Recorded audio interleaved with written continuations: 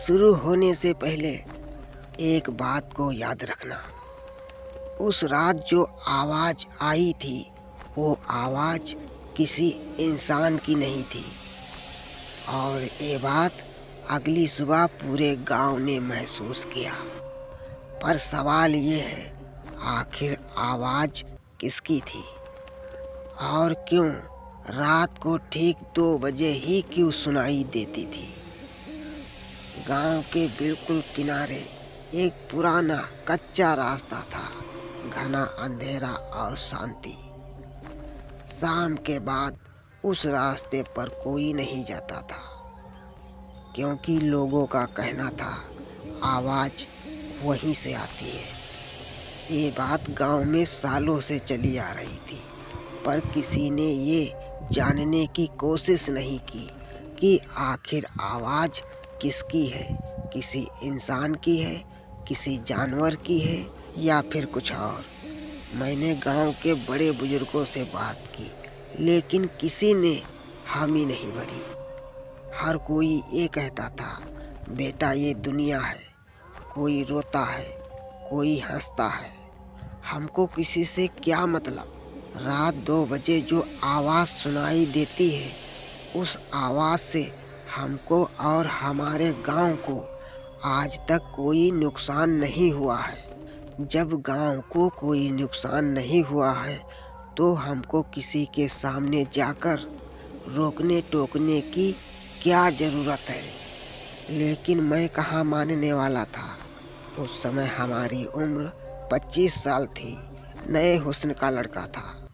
लोगों की बात हमारे पल्ले नहीं पड़ी, क्योंकि मुझे भूत प्रेत जैसी बातों पर कभी विश्वास था ही नहीं।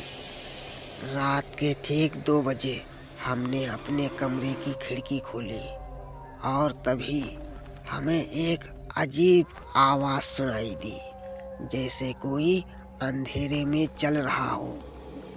लेकिन ये कदमों की आवाज़ नहीं थी, ये कुछ और था, ऐसा कुछ जो इंसान नहीं कर सकता।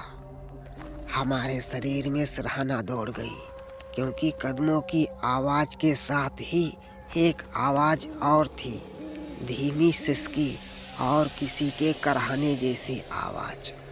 हमने हिम्मत करके रास्ते की तरफ गया।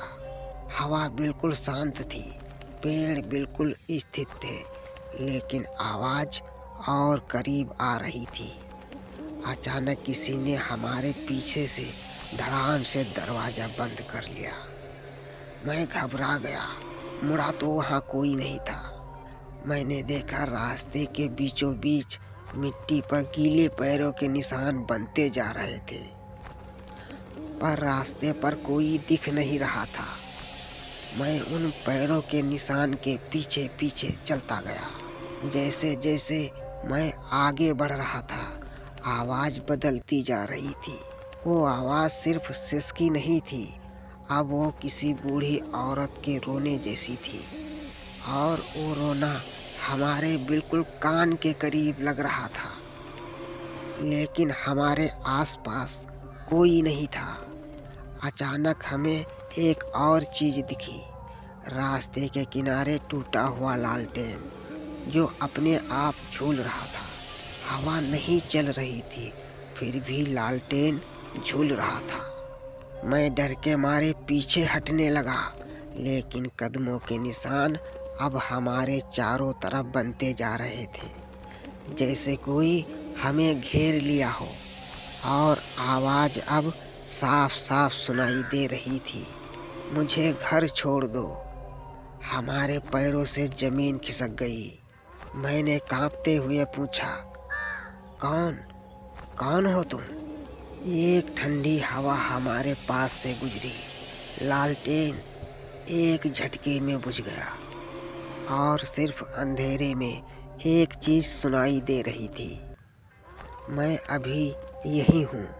और ठीक उसी वक्त मैंने पीछे मुड़कर देखा तो हमारे पीछे एक छाया खड़ी थी, लेकिन उसका शरीर वहाँ पर नहीं था, और वो छाया हमारी परछाई नहीं थी। मैं बहुत घबरा सा गया था। उस रात के बाद मैं पहले जैसा नहीं रहा।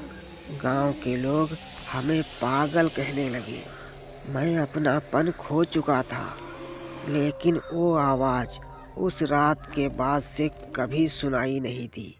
वो आवाज़ हमेशा हमेशा के लिए दब गई। लेकिन मैंने अपनापन खो दिया।